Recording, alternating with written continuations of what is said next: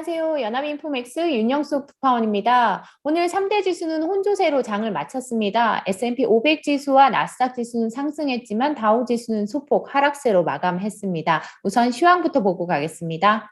우선 다우지수가 9포인트가량 그러니까 0.03%가량 하락했습니다.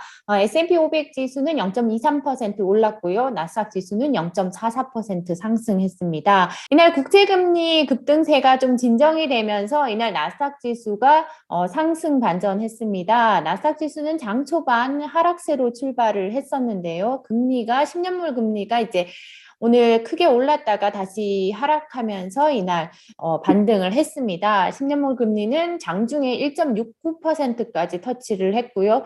그리고 장 마감 시점에는 1.64%까지 떨어졌습니다.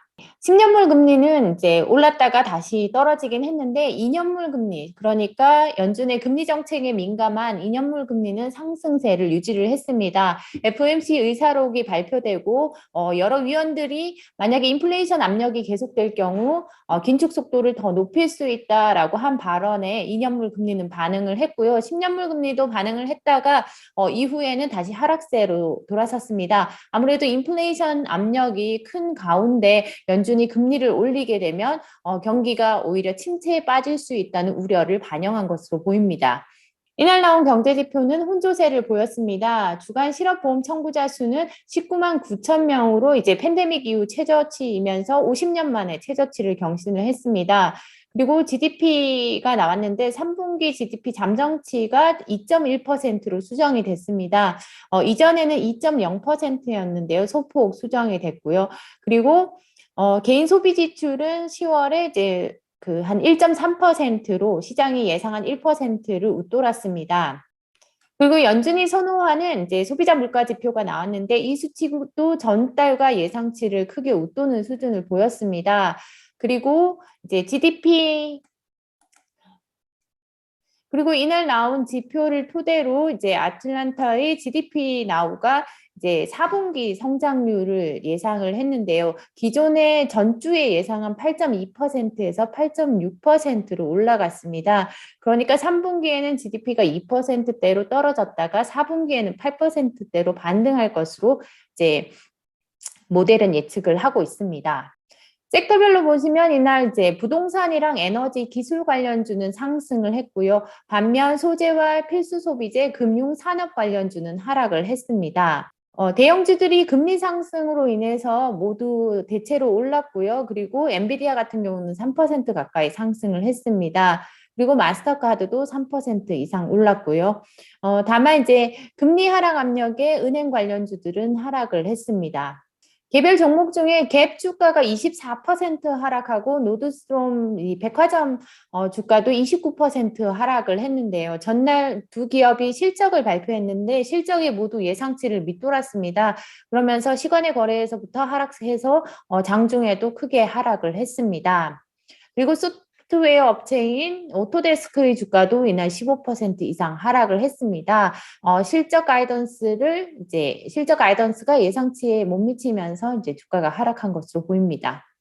멘트 하나 보고 가겠습니다. 데이비드 페트로시넬리라는 분이 이런 얘기를 했네요. 이제 인플레이션 자체가 지금 통화 완화 정책을 수용하기에는 너무 뜨거울 정도로 이제 전체 더 광범위한 범위의 상품이나 서비스 부분에 이제 나타나고 있다라고 지적을 하면서 연준이 11월과 12월에 지금 150억 달러씩 테이퍼링을 진행하고 있는데 앞으로 이것보다 더 많은 규모의 테이퍼링에 나서야 할 것이다라고 블랙록의 밥 밀러 씨도 비슷한 얘기를 했습니다. 이제 파월 의장의 이제 앞으로 4년간은 훨씬 더 매파적인 쪽으로 정책이 촉발될 수 있다. 특히나 이제 인플레이션 압력이 계속 강하고 노동시장이 이제 회복세를 계속 보인다면 그 연준의 정책이 앞으로는 좀 더 매파적인 방향으로 돌아설 수 있다라고 전망을 했습니다.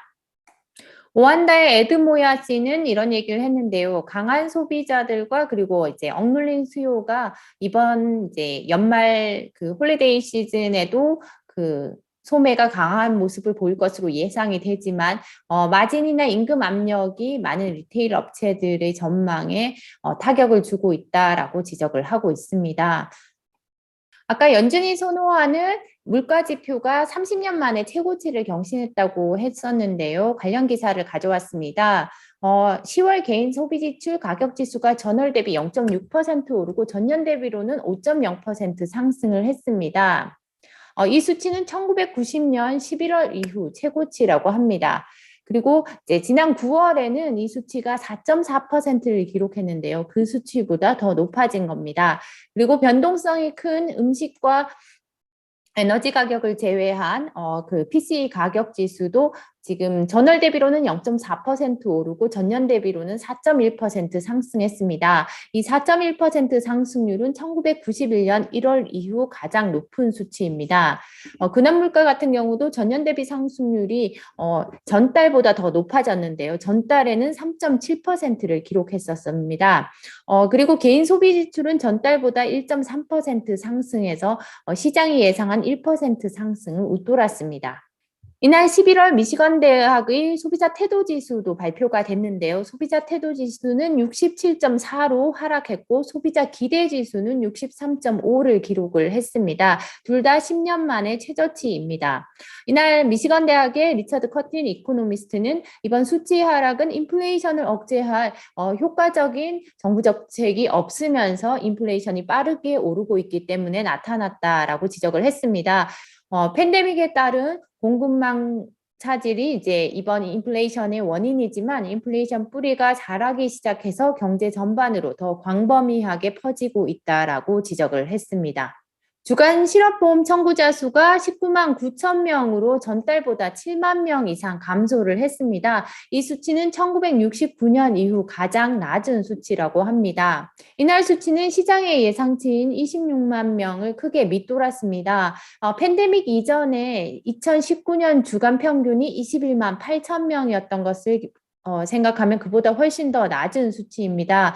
그만큼 고용시장이 타이트하다는 반증일 뿐만 아니라 고용주가 해고하는 일을 줄이고 있으며 공급은 부족해지면서 임금은 상승하고 있음을 시사합니다.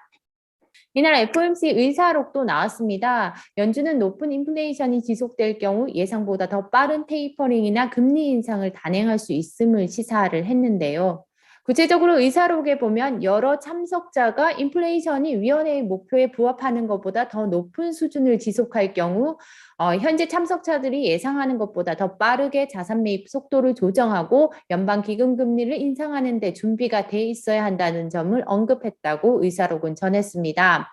또한 일부 참석자들은 테이퍼링 속도를 매달 150억 달러 이상씩 늘려 기준금리 인상을 위해 더 나은 위치에 있도록 하자고 제안했다라고 의사록은 전했습니다.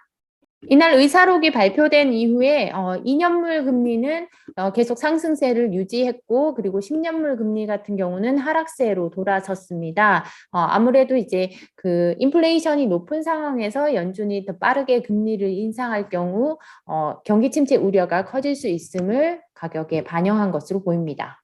세계보건기구 사무총장이 코로나 백신 접종자들도 기본적인 방역 수칙을 지켜야 한다고 촉구를 했습니다.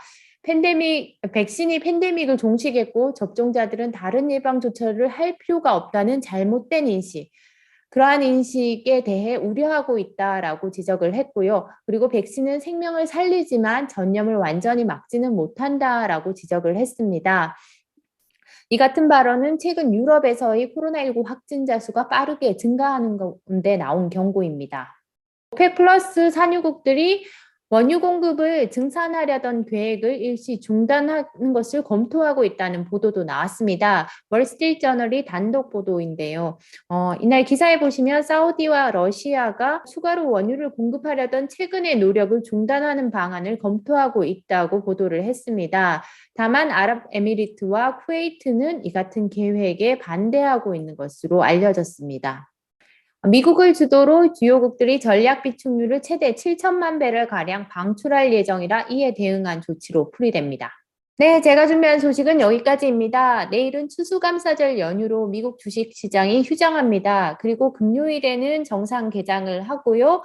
그리고 그날 오후 1시에 조기 폐장합니다. 내일 쉬고 다음날 다시 찾아뵙겠습니다. 감사합니다.